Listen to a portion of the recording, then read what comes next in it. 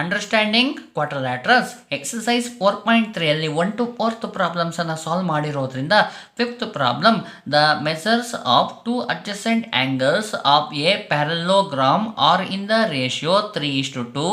Find the measure of each of the angles of the parallelogram. ಅಂದರೆ ಒಂದು ಪ್ಯಾರಲೋಗ್ರಾಮ್ನ two adjacent ಆಂಗಲ್ಸ್ಗಳ ratio 3:2 ಆಗಿದ್ದರೆ ಆ ಪ್ಯಾರಲೋಗ್ರಾಮ್ನ ಎಲ್ಲ ಆ್ಯಂಗಲ್ಗಳ ಮೆಸರ್ಮೆಂಟನ್ನು ಫೈಂಡ್ ಮಾಡಿ ಅಂತ ಹೇಳ್ತಿದ್ದಾರೆ. ಈಗ ಮೊದಲಿಗೆ ಏನು ಮಾಡೋಣ, ಟೂ ಅಡ್ಜಸೆಂಟ್ ಆ್ಯಂಗಲ್ಗಳನ್ನು ತೊಗೊಂಡ್ಬಿಡೋಣ. ನೋಡಿ, let two adjacent angles are angle A and angle B. ಅಂದರೆ ಆ್ಯಂಗಲ್ ಎ ಮತ್ತು ಆ್ಯಂಗಲ್ ಬಿಗಳು ಅಡ್ಜಸೆಂಟ್ ಆ್ಯಂಗಲ್ ಆಗಿರೋದ್ರಿಂದ ಇವೆರಡನ್ನು ನಾನು ಕನ್ಸಿಡರ್ ಮಾಡ್ಕೊಳ್ತಾ ಇದ್ದೀನಿ. ನೆಕ್ಸ್ಟ್ ಕಂಡೀಷನ್ ಏನು ಹೇಳಿದಾರಪ್ಪ ಅಂತ ಹೇಳಿದರೆ ನೋಡಿ, the ratio of adjacent angles are 3:2. ಅಂದರೆ ಎರಡು ಅಡ್ಜಸೆಂಟ್ನ ಆ್ಯಂಗಲ್ ರೇಷಿಯೋ ಏನಾಗಿದೆ 3:2 ಅಂತ ಹೇಳಿರೋದ್ರಿಂದ ಆ್ಯಂಗಲ್ ಎ ಇದೆಯಲ್ಲ, ಮೊದಲನೇ ಅಡ್ಜಸೆಂಟ್ ಆ್ಯಂಗಲನ್ನು ನಾನು 3x ಅಂತ ತೊಗೊಳ್ತೀನಿ. 3:2 ಇರೋದ್ರಿಂದ 3x ಅಂತ ತೊಗೊಳ್ತೀನಿ. ಎರಡೇದನ್ನು 2x ಅಂತ ತೊಗೊಳ್ತೀನಿ. ನೋಡಿ, 3x ಆ್ಯಂಡ್ 2x ಅಂತ ತೊಗೊಳ್ತಾ ಇದ್ದೀನಿ. Angle A is equal to 3x, angle B is equal to 2x ಆಯಿತು. ನೋಡಿ, ನೆಕ್ಸ್ಟ್ ಕಂಡೀಷನ್ ನೋಡಿ, the adjacent angles in a parallelogram are supplementary. ಈಗಾಗಲೇ ನಮಗೆ ಪ್ಯಾರಲೋಗ್ರಾಮ್ನ ಪ್ರಾಪರ್ಟೀಸ್ಗಳು ಗೊತ್ತಾಗಿದೆ. ಯಾವುದೇ ಪ್ಯಾರಲೋಗ್ರಾಮ್ನಲ್ಲಿ ಯಾವುದೇ ಅಡ್ಜಸೆಂಟ್ ಆ್ಯಂಗಲ್ಗಳನ್ನು ಆ್ಯಡ್ ಮಾಡಿದರೆ ನಮಗೇನು ಬರುತ್ತೆ, 180 ಡಿಗ್ರಿ ಬರುತ್ತೆ. ಹಾಗಾಗಿ ನೋಡಿ, angle A plus angle B ಇವೆರಡು ಅಡ್ಜಸೆಂಟ್ ಆ್ಯಂಗಲ್ ಆಗಿರೋದ್ರಿಂದ ಆ್ಯಡ್ ಮಾಡಿದರೆ ನಮಗೆ ಎಷ್ಟು ಬರುತ್ತೆ, 180 ಡಿಗ್ರಿ ಬರ್ತಾ ಇದೆ. ಹಾಗಾದರೆ ಆ್ಯಂಗಲ್ ಎ ಅಂದರೆ ಏನು, 3x ಆಗಿದೆ. 3x ಪ್ಲಸ್ ಆ್ಯಂಗಲ್ ಬಿ ಅಂದರೆ ಏನಾಗಿದೆ, 2x ಆಗಿದೆ. Is equal to 180 degree. ಇವೆರಡೂ ಸಹ ಲೈಕ್ ಟರ್ಮ್ಸ್ ಆಗಿರೋದ್ರಿಂದ ನೋಡಿ, ಜೊತೆಯಲ್ಲಿ ಪ್ಲಸ್ ಇರೋದ್ರಿಂದ ಆ್ಯಡ್ ಮಾಡ್ತೀನಿ. 3x ಪ್ಲಸ್ 2x ಅನ್ನು ಆ್ಯಡ್ ಮಾಡಿದ್ರೆ ಆನ್ಸರ್ ಏನು ಬರುತ್ತೆ, 5x is equal to 180 degree. X value ಬೇಕಾಗಿರೋದ್ರಿಂದ 5 ಏನು ಮಾಡ್ತೀನಿ, ಟ್ರಾನ್ಸ್ಪೋಸನ್ನು ಮಾಡ್ತೀನಿ. X is equal to 5 into X ಇರೋದ್ರಿಂದ ಅದು ಡಿವೈಡ್ ಆಗುತ್ತೆ. 180 ಡಿಗ್ರಿ ಡಿವೈಡ್ ಬೈ 5 ಆಯಿತು. ಡಿವೈಡ್ ಮಾಡೋಣ. 5 1s 5 3s 15, 3 ಉಳಿಯುತ್ತೆ, 30 ಆಯಿತು. 5 6 30 ಆಯಿತು.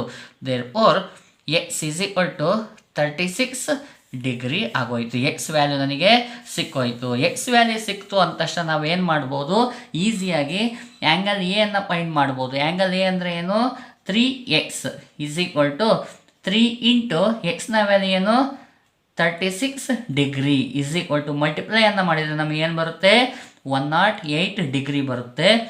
Angle B is equal to 2x ಇದೆ. 2 ಇಂಟು ಎಕ್ಸ್ ಅಂದರೆ ಏನು, 36 ಡಿಗ್ರಿ ಮಲ್ಟಿಪ್ಲೈ ಮಾಡಿದರೆ ನಮಗೆ 72 ಡಿಗ್ರಿ ಆಯಿತು. ಆ್ಯಂಗಲ್ ಎ ಬಂತು, ಆ್ಯಂಗಲ್ ಬಿನೂ ಬಂತು. ಇನ್ನು ಉಳಿದಿದ್ದ ಆ್ಯಂಗಲನ್ನು ಫೈಂಡ್ ಮಾಡೋಣ.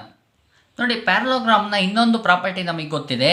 The opposite angles of a parallelogram are of equal measurement. ಅಂದರೆ ಪ್ಯಾರಲೋಗ್ರಾಮ್ನ ಆಪೋಸಿಟ್ ಆ್ಯಂಗಲ್ಗಳು ಏನಾಗಿರುತ್ತೆ, ಈಕ್ವಲ್ ಆಗಿರುತ್ತೆ. ಅಂದರೆ angle D is equal to angle B ಆಗಿರುತ್ತೆ. ಅದೇ ರೀತಿ angle C is equal to angle A ಆಗಿರುತ್ತೆ. ಅದನ್ನು ಬಳಸ್ಕೊಳೋಣ. ನೋಡಿ, angle D is equal to angle B ಆಗಿದೆ.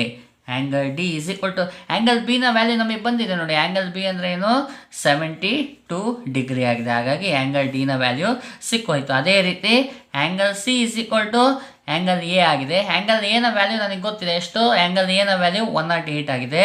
Therefore angle C is equal to 108 degree ಆಗಿದೆ. ಈ ರೀತಿಯಾಗಿ ಎಲ್ಲ ವ್ಯಾಲ್ಯೂನ ಫೈಂಡ್ ಮಾಡ್ಬೋದು. ಆ್ಯಂಗಲ್ ಎ ಅಂದರೆ 108 ಡಿಗ್ರಿ, ಆ್ಯಂಗಲ್ ಬಿ ಅಂದರೆ 72 ಡಿಗ್ರಿ, ಆ್ಯಂಗಲ್ ಡಿ ಅಂದರೆ 72 ಡಿಗ್ರಿ, ಆ್ಯಂಗಲ್ ಸಿ ಅಂದರೆ 108 ಡಿಗ್ರಿ. ಎಲ್ಲ ಆ್ಯಂಗಲ್ಗಳನ್ನು find ಮಾಡಾಯಿತು. 6th question. Two adjacent angles of a parallelogram have equal measure. Find the measure of each of the angles of the parallelogram. ಅಂದರೆ ಒಂದು ಪ್ಯಾರಲೋಗ್ರಾಮ್ನ ಎರಡು adjacent ಆ್ಯಂಗಲ್ಗಳು equal ಆಗಿದ್ರೆ ಉಳಿದಂಥ ಆ್ಯಂಗಲ್ಗಳನ್ನು ಏನು ಮಾಡಿ, ಫೈಂಡ್ ಮಾಡಿ ಅಂತ ಹೇಳ್ತಿದ್ದಾರೆ. Solution, let two adjacent angles are angle A and angle B. ಅಂದರೆ ಆ್ಯಂಗಲ್ ಎ ಮತ್ತು ಆ್ಯಂಗಲ್ ಬಿಗಳು ಎರಡು ಅಡ್ಜಸೆಂಟ್ ಆ್ಯಂಗಲ್ ಆಗಿದೆ ಅಂತ ಕನ್ಸಿಡರ್ ಮಾಡ್ಕೊಳ್ತಾ ಇದ್ದೀನಿ.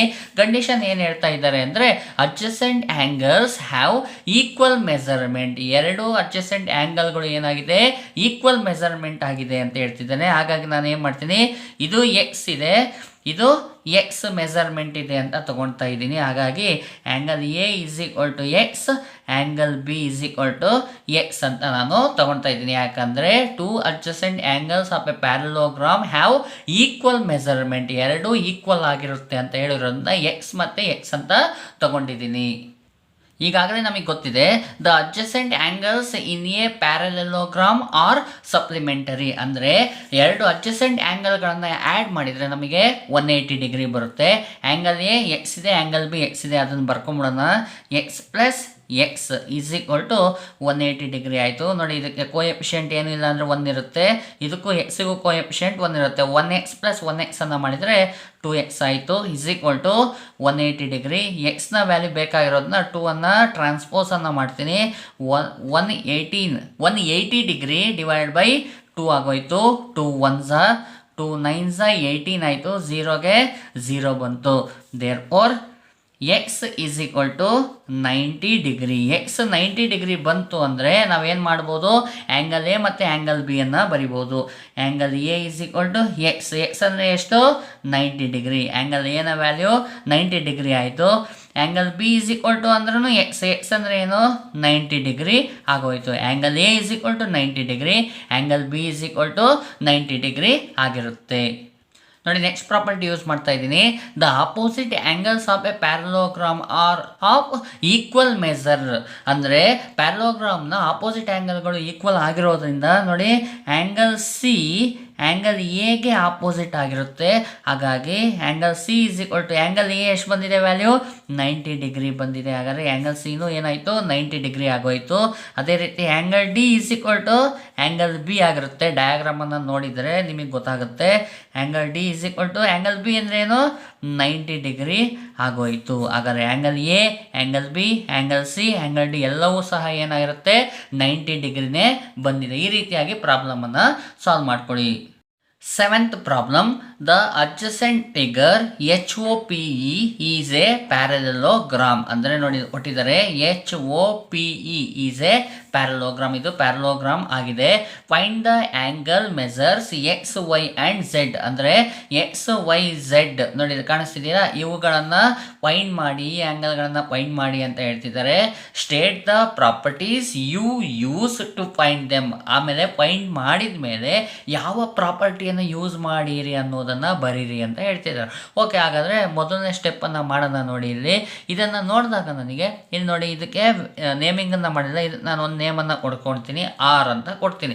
ಇಲ್ಲಿ ಆ್ಯಂಗಲ್ ಎಚ್ ಕಾಣಿಸ್ತಿದೆಯಲ್ಲ, ಆ್ಯಂಗಲ್ ಎಚ್ ಮತ್ತು ಈ ಆ್ಯಂಗಲ್ ಕಾಣಿಸ್ತಿದೆ, ಇವೆರಡು ಆ್ಯಂಗಲ್ಗಳು ಏನಾಗಿರುತ್ತೆ ಕರೆಸ್ಪಾಂಡಿಂಗ್ ಆ್ಯಂಗಲ್ ಆಗಿರುತ್ತೆ. ಹೇಗೆ ಅಂತ ಹೇಳಿದರೆ ನೋಡಿ, ಎರಡು ಪ್ಯಾರಲಲ್ ಲೈನ್ ಇದೆ ಅಂತ ಇಟ್ಕೊಂಡ್ರೆ, ಎರಡು ಪ್ಯಾರಲಲ್ ಲೈನನ್ನು ಇನ್ನೊಂದು ಲೈನ್ ಕಟ್ ಮಾಡ್ತಾ ಇದೆ ಅಂದಾಗ ಆ ಕಟ್ ಮಾಡಿರೋ ಲೈನ್ ಇದೆಯಲ್ಲ ಅದರ ಒಂದೇ ಸೈಡಲ್ಲಿ ನೋಡಿ ಈ ರೀತಿಯಾಗಿ ಈ ಲೈನ್ನ ಟಾಪಲ್ಲಿ ಈ ಲೈನ್ನ ಟಾಪಲ್ಲಿ ಆ್ಯಂಗಲ್ಗಳು ಫಾರ್ಮೇಷನ್ ಆಯಿತು ಅಂದರೆ ಇವುಗಳನ್ನು ನಾವು ಕರೆಸ್ಪಾಂಡಿಂಗ್ ಆ್ಯಂಗಲ್ಸ್ ಅಂತ ಹೇಳ್ತೀವಿ. ಬರೀ ಮೇಲಷ್ಟೇ ಅಲ್ಲ, ನೋಡಿ ಕೆಳಗಡೆ ಫಾರ್ಮೇಷನ್ ಆಯ್ತಲ್ಲ, ಈ ಆ್ಯಂಗಲ್ಗಳನ್ನು ಸಹ ನಾವೆಂತ ಹೇಳ್ತೀವಿ ಕರೆಸ್ಪಾಂಡಿಂಗ್ ಆ್ಯಂಗಲ್ ಅಂತ ಹೇಳ್ತೀವಿ. ಈಗ ಈ ಫಿಗರ್ನಲ್ಲಿ ನೋಡಿ, ಆ್ಯಂಗಲ್ ಎಚ್ ಟೋಟಲ್ ಆ್ಯಂಗಲ್ ಇದು, ಮತ್ತು ಆ್ಯಂಗಲ್ POR ಇವೆರಡೂ ಸಹ ಏನಾಗಿದೆ ಕರೆಸ್ಪಾಂಡಿಂಗ್ ಆ್ಯಂಗಲ್ಸ್ ಆಗಿದೆ. Therefore angle H is equal to angle POR ಎರಡು ಏನಾಗಿದೆ ಈಕ್ವಲ್ ಆಗಿದೆ. ಯಾಕೆ ಅಂದರೆ ಇವು ಕರೆಸ್ಪಾಂಡಿಂಗ್ ಆ್ಯಂಗಲ್ಸ್ ಆಗಿದೆ. ಆ್ಯಂಗಲ್ ಎಚ್ ಅಂತ ಹೇಳಿದರೆ ನೋಡಿ 40 ಡಿಗ್ರಿ ಪ್ಲಸ್ ಝೆಡ್ ಆಗಿರುತ್ತೆ. 40 degree plus Z is equal to angle POR. Angle POR ಅಂದರೆ 70 ಡಿಗ್ರಿ. ಎಸ್, ನನಗೆ ಝೆಡ್ ವ್ಯಾಲ್ಯೂ ಬೇಕಾಗಿರೋದ್ರಿಂದ 40 ಡಿಗ್ರಿಯನ್ನು ಟ್ರಾನ್ಸ್ಪೋಸನ್ನು ಮಾಡ್ತೀನಿ. Z is equal to 70 degree minus 40 degree ಆಯಿತು. ಝೆಡ್ ಈಸ್ ಈಕ್ವಲ್ ಟು ಸಬ್ಟ್ರಾಕ್ಷನ್ನ ಮಾಡಿದರೆ ನನಗೆ ಎಷ್ಟು ಬರುತ್ತೆ 30 ಡಿಗ್ರಿ ಬಂತು. ನನಗೆ ಝೆಡ್ನ ವ್ಯಾಲ್ಯೂ ಸಿಕ್ಕೋಯ್ತು. ಝೆಡ್ನ ವ್ಯಾಲ್ಯೂ ಎಷ್ಟು 30 ಡಿಗ್ರಿ ಆಗೋಯ್ತು.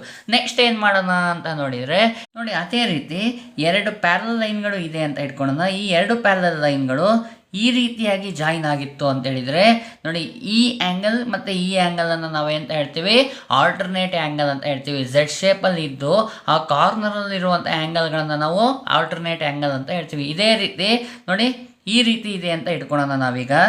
ಎಸ್, ಈ ಪಾಯಿಂಟ್ಗಳು ಜಾಯಿನ್ ಆಗಿದೆ ಅಂತ ಇಟ್ಕೊಳ್ಳೋಣ, ಹೌದಾ? ಈ ಆ್ಯಂಗಲ್ ಮತ್ತು ಈ ಆ್ಯಂಗಲನ್ನು ನಾವೆಂತ ಹೇಳ್ಬೋದು ಆಲ್ಟರ್ನೇಟ್ ಆ್ಯಂಗಲ್ಸ್ ಅಂತ ಹೇಳ್ತೀವಿ. ಅದೇ ರೀತಿ ಇಲ್ಲಿರುವಂತಹ ಡಯಾಗ್ರಾಮನ್ನು ನೋಡಿದಾಗ ನಮಗೆ ನೋಡಿ, ಇಲ್ಲಿ ಇದು ಮತ್ತು ಇದು ಏನಾಗಿದೆ, ಪ್ಯಾರಲಲ್ ಲೈನ್ಸ್ ಆಗಿದೆ. ಇಲ್ಲಿ ಅಡ್ಡ ಲೈನ್ ಬಂದಿದೆ. ಹಾಗಾಗಿ ನೋಡಿ ಇದಿದೆಯಲ್ಲ ವೈ, ಈ ವೈ ಅನ್ನೋದು 40 ಡಿಗ್ರಿಗೆ ಈಕ್ವಲ್ ಆಗಿರುತ್ತೆ. ಯಾಕಪ್ಪ ಅಂದರೆ ಅವೆರಡೂ ಸಹ ಆಲ್ಟರ್ನೇಟ್ ಆ್ಯಂಗಲ್ಸ್ ಆಗಿರುತ್ತೆ. ಹಾಗಾದರೆ ಈ ವೈಯನ್ನು ಬರಿಬೇಕು ಅಂದರೆ ಆ್ಯಂಗಲ್ ಏನು ಹೇಳಬೇಕು, angle O P H, angle O P H is equal to 40 ಡಿಗ್ರಿಗೆ ಬರಬೇಕು ಅಂದರೆ ಇದು ಆಲ್ಟರ್ನೇಟ್ ಅಲ್ವಾ, ಆ್ಯಂಗಲ್ ಇ ಎಚ್ ಪಿ ಆಗಿರುತ್ತೆ. Angle E H P is equal to ಎರಡು ಈಕ್ವಲ್ ಆಗಿರುತ್ತೆ. ಯಾಕೆ ಅಂತ ಹೇಳಿದರೆ ಆಲ್ಟರ್ನೇಟ್ ಆ್ಯಂಗಲ್ಸ್ ಆಗಿದೆ. Angle P O H, angle P O P H, O P H angle ಏನಾಗಿದೆ, ವೈ ಆಗಿದೆ. Y is equal to angle E H P ಎಷ್ಟಿದೆ, 40 degree ಆಗೋಯ್ತು. ಅಂದರೆ ಆಲ್ಟರ್ನೇಟ್ ಆ್ಯಂಗಲ್ಸ್ ಆಗಿದೆ. ವೈ ವ್ಯಾಲ್ಯೂನು ಸಿಕ್ಕೋಯ್ತು. ಈಗ ನಮಗೆ ಎಕ್ಸ್ ವ್ಯಾಲ್ಯೂ ಬೇಕಾಗಿರೋದನ್ನ ನಾನೇನು ಮಾಡ್ತೀನಿ, angle E and angle H ಏನಾಗಿದೆ, ಅದು ಅಡ್ಜಸೆಂಟ್ ಆ್ಯಂಗಲ್ಸ್ ಆಗಿದೆ. ಹಾಗಾದರೆ ಅಡ್ಜಸೆಂಟ್ ಆ್ಯಂಗಲ್ನ ಸಮ್ ಮಾಡಿದರೆ ಎಷ್ಟು ಬರುತ್ತೆ, 180 ಡಿಗ್ರಿ. ಆ ಪ್ರಾಪರ್ಟಿಯನ್ನು ಯೂಸ್ ಮಾಡ್ತೀನಿ. The adjacent angles of a parallelogram are supplementary ಆಗಿದೆ. ಹಾಗಾಗಿ angle E plus angle H ನೋಡಿ, angle E plus angle H is equal to 180 degree ಆಗೋಯ್ತು. ಆ್ಯಂಗಲ್ ಇ ಅಂದರೆ ಎಕ್ಸ್ ಆಗಿದೆ, ಪ್ಲಸ್ ಆ್ಯಂಗಲ್ ಎಚ್ ಅಂತ ಹೇಳಿದರೆ ಆ್ಯಂಗಲ್ ಎಚ್ ಏನಾಗಿರುತ್ತೆ, 40 ಡಿಗ್ರಿ ಪ್ಲಸ್ 30 ಡಿಗ್ರಿ ಅಂದರೆ 70 ಡಿಗ್ರಿ ಆಗಿರುತ್ತೆ. ಓಕೆ, ನಾನು ಡೀಟೇಲಾಗಿ ಬರ್ತೀನಿ. 40 degree plus 30 degree is equal to 180 degree ಆಗೋಯಿತು. ಸಿಂಪ್ಲಿಫೈ ಮಾಡೋಣ. ಎಕ್ಸ್ ಪ್ಲಸ್ ಆ್ಯಡನ್ನು ಮಾಡಿದರೆ 70 degree is equal to 180 degree ಆಯಿತು. ಟ್ರಾನ್ಸ್ಪೋಸನ್ನು ಮಾಡ್ತಾ ಇದ್ದೀನಿ. X is equal to 180 degree minus 70 degree ಆಯಿತು. X is equal to subtraction ಮಾಡಿದರೆ 110 ಡಿಗ್ರಿ ಆಗೋಯಿತು. ಹಾಗಾಗಿ ಎಕ್ಸ್ ವೈ ಝೆಡ್ ಮೂರು ವ್ಯಾಲ್ಯೂನೂ ಸಹ ಫೈಂಡ್ ಮಾಡಿದ್ವಿ. ಈ ರೀತಿಯಾಗಿ ಪ್ರಾಬ್ಲಮನ್ನು ಸಾಲ್ವ್ ಮಾಡ್ಕೋಬೇಕಾಗುತ್ತೆ. 8th problem, the following figures GUNS and RUNS are parallelograms. ಅಂದರೆ ಎರಡು ಪ್ಯಾರಲೋಗ್ರಾಮ್ಗಳನ್ನು ಕೊಟ್ಟಿದ್ದಾರೆ ನೋಡಿ. GUNS ಅನ್ನೋದಿದೆ, ಇನ್ನೊಂದು ಕೆಳಗಡೆ ಬರ್ಕೊಂಡಿದ್ದೀನಿ. ಆ ಎರಡು ಪ್ಯಾರಲೋಗ್ರಾಮಲ್ಲಿ find X and Y, X ಮತ್ತು ವೈ ವ್ಯಾಲ್ಯೂನ ಫೈಂಡ್ ಮಾಡಬೇಕು. ಲೆಂತ್ ಆರ್ ಇನ್ ಸೆಂಟಿಮೀಟರ್, ಆ ಲೆಂತ್ಗಳು ಸೆಂಟಿಮೀಟರ್ ಇದೆ ನೋಡಿ. ಮೊದಲನೇ ಫಿಗರನ್ನು ನೋಡಿದಾಗ ಅಲ್ಲಿ ನನಗೆ ಸೈಡ್ಗಳನ್ನು ಕೊಟ್ಟಿದ್ದಾರೆ ಅಲ್ವಾ, ಹಾಗಾಗಿ ಅದ್ರ ಪ್ರಾಪರ್ಟಿಯನ್ನು ಯೂಸ್ ಮಾಡ್ಕೊಳ್ತೀನಿ ನೋಡಿ. The opposite sides of a parallelogram are of equal length. ಪ್ಯಾರಲೋಗ್ರಾಮ್ನಲ್ಲಿ ಆಪೋಸಿಟ್ ಸೈಡ್ಗಳು ಏನಾಗಿರುತ್ತೆ, ಈಕ್ವಲ್ ಆಗಿರುತ್ತೆ. ಅಂದರೆ G S equal to U N ಆಗಿರುತ್ತೆ. ಇವೆರಡು ಸೈಡ್ಗಳು ಈಕ್ವಲ್ ಆಗಿರುತ್ತೆ ನೋಡಿ. G S equal to U N. ಅದೇ ರೀತಿ ಎಸ್ ಎನ್ನಿಗೆ ಆಪೋಸಿಟ್ ಯಾವುದು, ಜಿ ಯು. ಹಾಗಾಗಿ S N is equal to G U ಆಗಿರುತ್ತೆ. ಎಸ್ ವ್ಯಾಲ್ಯೂಸನ್ನು ಸಬ್ಸ್ಟಿಟ್ಯೂಷನ್ ಮಾಡೋಣ ನೋಡಿ. ಜಿ ಎಸ್ ಅಂದರೆ 3x ಆಯಿತು. 3x is equal to U N ಅಂದರೆ 18 ಇದೆ. ಎಕ್ಸ್ ವ್ಯಾಲ್ಯೂ ಫೈಂಡ್ ಮಾಡಬೇಕಾಗಿರೋದ್ರಿಂದ 3 ಏನು ಮಾಡೋಣ, ಟ್ರಾನ್ಸ್ಪೋಸ್ ಮಾಡಿದರೆ x is equal to 18 divide by 3 ಆಗೋಯಿತು. 3 1s 3 6 x is equal to 6 centimetre answer ಆಗೋಯಿತು. ಈ ರೀತಿಯಾಗಿ ಮಾಡಬೇಕು. ಇದೇ ರೀತಿ ನೋಡಿ ಎಸ್ ಎನ್ ಅಂದರೆ ಎಷ್ಟು, 26 is equal to G U ಅಂದರೆ 3y ಮೈನಸ್ 1 ಇದೆ. ವೈ ವ್ಯಾಲ್ಯೂವನ್ನು ಫೈಂಡ್ ಮಾಡಬೇಕಾಗಿರೋದನ್ನ -1 ನಾನು ಟ್ರಾನ್ಸ್ಪೋಸ್ ಮಾಡ್ತೀನಿ. ಅವಾಗ ಏನಾಗುತ್ತೆ, 26 ಮೈನಸ್ ಇರೋದು +1 ಆಗೋಯಿತು. Is equal to 3y. ಅಡಿಷನ್ನ ಮಾಡಿದರೆ 27 ಈಸ್ ಈಕ್ವಲ್ ಟು 3y ಆಯಿತು. ವೈ ವ್ಯಾಲ್ಯೂ ಬೇಕಾಗಿರೋ ಟ್ರಾನ್ಸ್ಪೋಸನ್ನು ಮಾಡ್ತೀನಿ. 27 divide by 3 is equal to y ಆಯಿತು. ಕ್ಯಾನ್ಸಲ್ ಮಾಡಿದರೆ 3 1s 3 9s 27. Therefore y is equal to 9 centimetre ಆಗೋಯ್ತು. ಈ ರೀತಿಯಾಗಿ ಪ್ರಾಬ್ಲಮನ್ನು ಸಾಲ್ವ್ ಮಾಡಬೇಕು. X is equal to 6 centimetre, y is equal to 9 centimetre. ನೋಡ್ರಿ, ಇದರಲ್ಲಿ ಸೆಕೆಂಡ್ ಪ್ರಾಬ್ಲಮ್ ನೋಡಿ. RUNS ಅನ್ನೋ ಪ್ಯಾರಲೋಗ್ರಾಮ್ ಅನ್ನು ಕೊಟ್ಟಿದ್ದಾರೆ. ಇದರಲ್ಲಿ ಡಯಾಗ್ನಲ್ಗಳನ್ನು ಹೇಳ್ತಾರೆ. ಎರಡು ಡಯಾಗ್ನಲ್ಗಳು ಎಲ್ಲಿ ಇಂಟರ್ಸೆಕ್ಟ್ ಆಗಿದೆ ಅಂದರೆ ನೋಡಿ, ಈ ಪಾಯಿಂಟಲ್ಲಿ ಇಂಟರ್ಸೆಕ್ಟ್ ಆಗಿದೆ. ಅದಕ್ಕೆ ನಾನು ಓ ಅಂತ ಕೊಡ್ತಾ ಇದ್ದೀನಿ. ಹಾಗಾದರೆ ಡಯಾಗ್ನಲ್ಸ್ನ ಮೇಲೆ ಪ್ಯಾರಲೋಗ್ರಾಮಲ್ಲಿ ಯಾವ ಪ್ರಾಪರ್ಟಿ ಇದೆ ಅಂತ ಯೋಚನೆ ಮಾಡಿದರೆ, the diagonals of a parallelogram bisect each other. ಅಂದರೆ ಒಂದು ಪ್ಯಾರಲೋಗ್ರಾಮ್ನಲ್ಲಿ ಡಯಾಗ್ನಲ್ಸನ್ನು ಹೇಳಿದಾಗ ಆ ಎರಡು ಡಯಾಗ್ನಲ್ಗಳು ಈಕ್ವಲ್ ಆಗಿ ಡಿವೈಡ್ ಆಗುತ್ತೆ. ಅಂದರೆ ಈಕ್ವಲ್ ಆಗಿ ಡಿವೈಡ್ ಆಗುತ್ತೆ ಅಂದರೆ ನೋಡಿ, ಎಸ್ ಯು ಡಯಾಗ್ನಲನ್ನು ಹೇಳಿದಾಗ ಅದು ಏನಾಗೋಗುತ್ತೆ, S O is equal to O U ಆಗುತ್ತೆ. S O is equal to O U ಅಂದರೆ ಬೈಸೆಕ್ಟ್ ಈಚ್ ಅದರ್ ಅಂದರೆ ಆ ಡಯಾಗ್ನಲ್ಲು ಈಕ್ವಲ್ ಆಗಿ ಡಿವೈಡ್ ಆಗೋಗುತ್ತೆ. ಅದೇ ರೀತಿ ಇನ್ನೊಂದು ಡಯಾಗ್ನಲ್ ಇದೆ ಅಲ್ವಾ, ಯಾವುದು ಆರ್ ಎನ್ ಅನ್ನುವಂಥ ಡಯಾಗ್ನಲ್ ಯಾವ ರೀತಿ ಡಿವೈಡ್ ಆಗುತ್ತೆ ಅಂದರೆ R O is equal to O N ಆಗುತ್ತೆ.